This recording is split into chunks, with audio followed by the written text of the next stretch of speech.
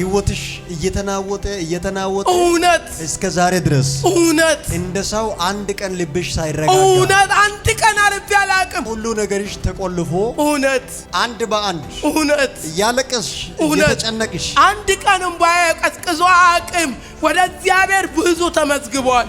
ግን አንድ ቀን ደስተኛ ሆኜ አላቅም። አንቺ በጥሩ ሁኔታ ለሰውም ለጌታም እየፈራሽ የሚገባውን ያህል ለሰውም እየኖርሽ መጥተሽ እውነት ተገዝቼ ባራ ሆኜ ሰዎች ባንቺ ልብ ውስጥ ያለውን ነገር ስለማያውቁ እውነት በአንዳንድ ነገር እንደ ክፉ ይቆጥሩሻል። እውነት ተከከለ ከሷና ከልጆቿ ከቤተሰቦቿ ስፈርስ ከናንተም ዙሪያ ፈርሷል። አሜን። በመምጣቴ አመለጥ አንቺን አንድ ቦታ ላይ አንድ ቤት ቁጭ ብለሽ አየው። ቦታው አርበጎና ይባላል። አዎ ምን አለሽ እዛ?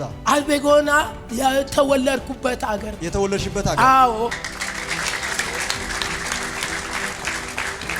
አናሰን ካላቫያዶ እርግጠኛ ነኝ ዛሬ በሩቅም ይኑር በቅርብም ይኑር እግዚአብሔር በከባድ ምት የሚመጣው መንፈስ አለ።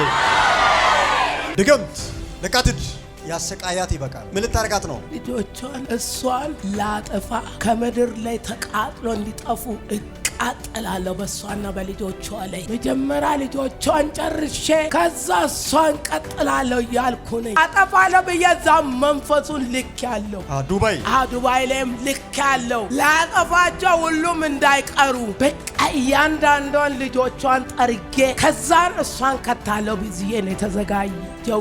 ምን ታገኛላችሁ? እነሱ ሲሞቱ የእነሱን በረከት ወስደን ወደ ራሳችን እንመልስና እነሱን ወደ አፈር። ስንት ሰው ገደላችሁ እስካሁን? የእሷን ነገር ሁለት ነገር ነው የበላ ነው። መጀመሪያ ሕፃን ነበረች ያችን በላት። ሁለተኛ ደግሞ ጀግና የመሰለውን እናቴ በአይን የሚያስፈራውን እሱን ቅጥፍ አረጋችሁ። ይኖርልናል ብለው ሲያስቡ ቅጥፍ ሁለቱ ተበሉ። አሁን እነዚህን ተራ በተራ ጨርሳለሁ ያልኩ ነበረ። ያው ተያዝኩዛ። አትላስ የሚል ምሰራበት ኮሌጅ ምንድነው ስሙ? አትላስ ቢዝነስ እና ቴክኖሎጂ ኮሌጅ።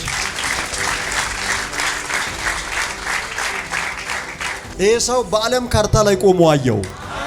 የጸሎት ርዕስ ነው። በላይነህ አባቴ ነው። በላይነህ አባቴ ነው።